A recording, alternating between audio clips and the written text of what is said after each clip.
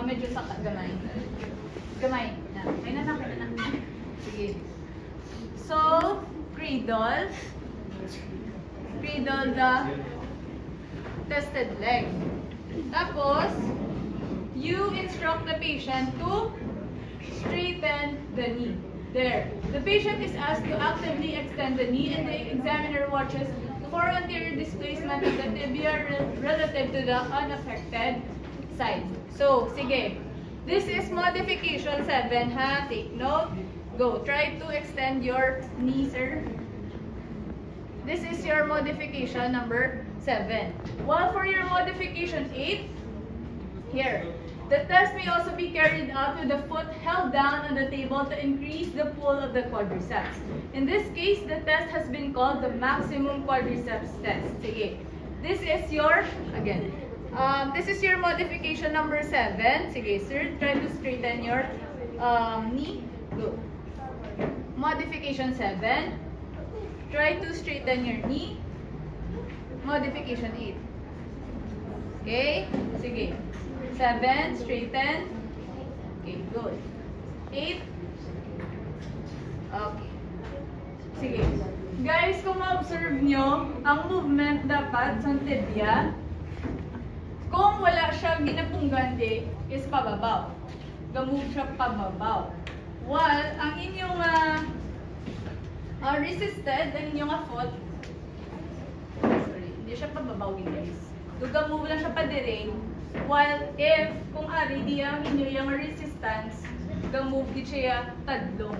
Okay, kung makita nyo, medyo diagonal ang arrow sa letter A, while sa inyo letter B, pa straight lang. Okay? Gets nyo? Sige. Next. Okay, sige. Posterior sagsine. Patient lies supine with the hip flexed to 45 degrees and the knee flexed to 90 degrees. In this position, the tibia drops back or sags back on the femur because of gravity if the PCL is torn. So, ang inyo lang guys sobrahon is hambalan yung patient yung sir, can you please bend your knee? Fully. Bend your knee fully. Good, sir. Na. So, best bit guys, if magretdenta, naka-loose ka mga pants, naka-shorts, or naka-leggings. Okay? Sige. Kaya i-suppose it pa. Shorts, no? Gigil. Sige. Okay? Sige, that is your posterior sagsine. Next is we have your slopo. Sa slopo, yung kadua man eh. We have your 30 degrees and your 15 degrees. Sige. The patient's knee is flexed to 80 degrees or 90 degrees and the hip is flexed to 45 degrees. The foot is first placed in 30 degrees medial rotation. The foot is placed in 30 degrees medial rotation. Ano ka magkaba medial rotation sa foot? Inversion, eversion. Okay, very good. The examiner then sits on the patient's forefoot to hold the foot in position and draws the tibia forward. So, okay. Sige. Okay, ibalik na natin. Dili lang ka, dili mo head, dito ka lang.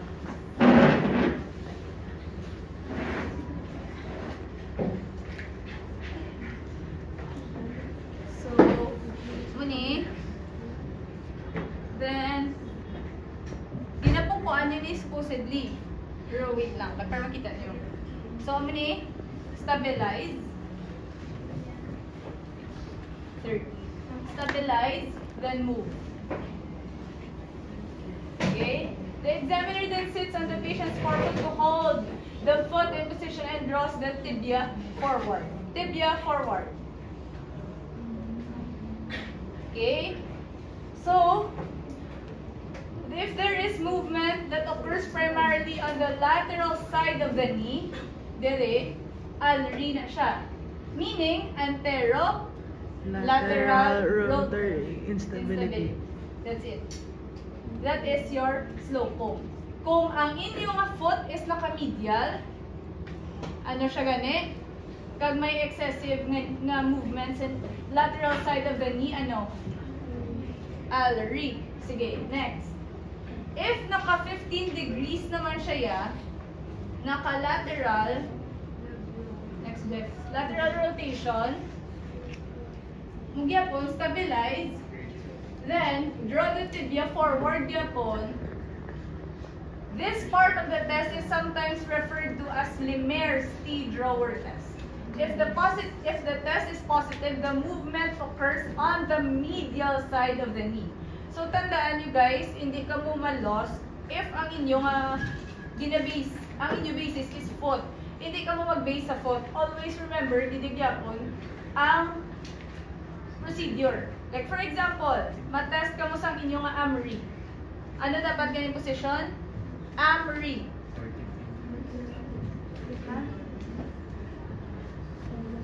AMRI, ano dapat ang inyong foot?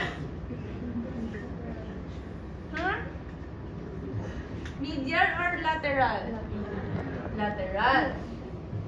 Okay. Kung ALRI, that's it. ALRI, AMRI. AMRI, ALRI. Okay.